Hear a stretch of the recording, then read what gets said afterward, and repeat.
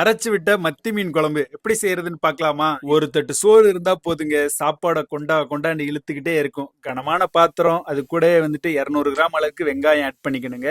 இப்ப நம்ம 5 பச்சை மிளகா, 5 பல்லு பூண்டு, அது கூட வந்துட்டு 3 பெரிய தக்காளி, ஒரு கொத்து கருவேப்பிலை, அரை ஸ்பூன் வந்துட்டு சீரகமும் போட்டு, 1/4 மூடி தேங்காய் அது கூடவே திருவி போட்டிருக்கோம். அதையுமே போட்டு இந்த எண்ணெயிலே வந்துட்டு நல்லா கலர் சேஞ்ச் ஆகி வர்ற அளவுக்கு வதக்கிக்கணுங்க. இப்போ நம்ம அரை ஸ்பூன் அளவுக்கு மஞ்சள் தூள், மிளகாய் தூள், அரை ஸ்பூன் அளவுக்கு மல்லித்தூளுமே சேர்த்துக்கலாம் இந்த மசாலா கூட.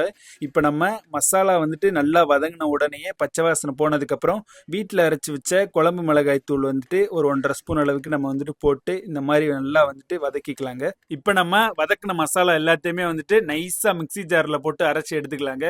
இப்போ இன்னும் அதே பாத்திரத்தில் தேவையான அளவு எண்ணெய், அது கூட ஒரு ஸ்பூன் அளவுக்கு கடுகு, உளுந்தம்பருப்பு, அரை ஸ்பூன் அளவுக்கு வெந்தயம், கொஞ்சமாக வந்துட்டு கருவேப்பிலை ஒரு கொத்து வந்து போட்டு நல்லா வந்து வதக்கி விட்டுக்கலாங்க. இந்த வெந்தயம் நல்லா செவந்து வந்ததுக்கு அப்புறமா நம்ம இந்த அரைச்சி வச்ச மசாலாவுமே ஊற்றி நல்லா வந்து வதக்கிக்கலாங்க. முதல்ல தண்ணி சேர்க்காம ஊற்றி அந்த எண்ணெயிலே வந்து ஒரு 2 நிமிஷம் வந்து வதக்கிக்குங்க இந்த மசாலா வந்துட்டு. அதுக்கப்புறமா வந்துட்டு தேவையான அளவு தண்ணி, குழம்புக்கு எந்த அளவு தேவையோ அந்த அளவுக்கு வந்துட்டு தண்ணி வச்சுக்கலாங்க.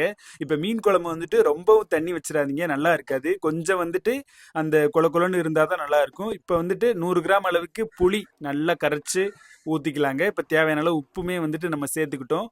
சேர்த்து நல்லா ஹை ஃப்ளேமில் கொதிக்க வைக்கணுங்க. இப்போ நல்லா முறைக்கட்டி குழம்பு நல்லா கொதிச்சு வரும். இப்போ நம்ம 1 கிலோ அளவுக்கு மத்தி மீன் நல்லா சுத்தமாக எடுத்து வச்சிருக்கோம். இப்போ நம்ம குழம்பு நல்லா கொதிச்சு வந்துருச்சுங்க. இந்த டைம்ல வந்துட்டு நீங்க மீன் ஆட் பண்ணக்கூடாது. இன்னும் நல்லா சுண்டி வரணும் குழம்பு. குழம்பு சுண்டி வந்து எண்ணெய் பிரிஞ்சு வரும். அந்த டைம்ல தான் ஆட் பண்ணணும். இப்போ மீன் வந்து 10 நிமிஷத்துலேயே வந்துடும். ஆனால் வந்துட்டு குழம்புல உள்ள தண்ணி வந்து வத்த லேட் ஆகுங்க. இப்போ நல்லா எண்ணெய் பிரிஞ்சு இந்த மாதிரி வந்ததுக்கு அப்புறம் மீனை வந்துட்டு நம்ம கொஞ்சம் கொஞ்சமாக வந்து ஆட் பண்ணிக்கலாங்க. மீன் சேர்த்து 10 நிமிஷத்துக்கு அப்புறமா வந்துட்டு மீன் குழம்பு வந்து அமர்த்திடணும். இல்லைன்னா மீன் வந்துட்டு குழஞ்சு போயிருங்க. இப்போ மீன் ஓவரா வெந்துருச்சுன்னா அப்படியே வந்துட்டு கரைஞ்சிரும் குழம்பு ஃபுல்லாக, நல்லா இருக்காது மீன் எடுத்து வச்சு சாப்பிட.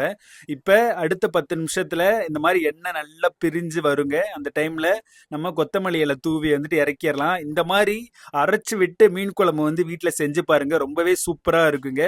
ஃபைனலாக வந்துட்டு இந்த மீன் எந்த அளவுக்கு வெந்திருக்குது பாருங்க.